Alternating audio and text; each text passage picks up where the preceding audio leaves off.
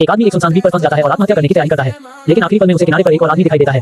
ये दृश्य अकेले पड़े हैंक के लिए उम्मीद की एक किरण बन जाता है।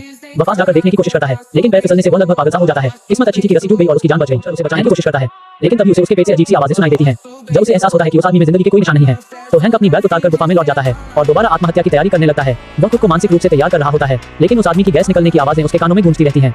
अचानक वह आदमी कांपने लगता है और एक तेज लहर उसे समुद्र में बहा ले जाती है। उसके पेट की गैस लगातार बाहर निकलती रहती है, जिसकी वजह से वह पानी की सतह पर तैरने लगता है। ये देखकर हैंक आत्महत्या का इरादा छोड़ देता है। वह किनारे पड़ी फांसी की रस्सी उठाता है, उस आदमी का पीछा करता है, उसे रस्सी से बांध देता है और उसके ऊपर बैठकर उसे सवारी की तरह इस्तेमाल करता है। ये द्वीप से बाहर निकलने का एक बेहतरीन मौका था। इतने लंबे समय बाद आखिरकार उसे उम्मीद नजर आई। जैसे जैसे वह द्वीप दूर होता जाता है, हैंक की आंखों में दृढ़ निश्चय साफ दिखने लगता है। ओह, जब हैंक की आंख खुलती है तो उसके सामने एक पैकेट पड़ा होता है। उसे पहली बार आधुनिक समाज की गंध महसूस होती है। वह सच में द्वीप से बाहर निकल चुका था और जमीन पर पहुंच गया था। वह मोबाइल निकालकर नेटवर्क ढूंढता है, लेकिन अफसोस यहाँ कोई सिग्नल नहीं होता। लॉक स्क्रीन पर देख रही एक महिला ही अब तक उसे जिंदा रखे हुए थी। हैंक फोन रखता है, उस आदमी को साथ लेता है और आगे की यात्रा पर निकल पड़ता है। रास्ते में उसे इंसानों के रहने के निशान मिलते हैं। सबसे अहम बात यह कि उसे एक बोतल का ढक्कन मिलता है। पूरी दुनिया जैसे अचानक शांत हो जाती है। रात में हैंक उस आदमी को गले लगाकर उसके लिए गाना गाता है, लेकिन उसे पता नहीं चलता कि बारिश का पानी उस आदमी के मुंह में चला गया है।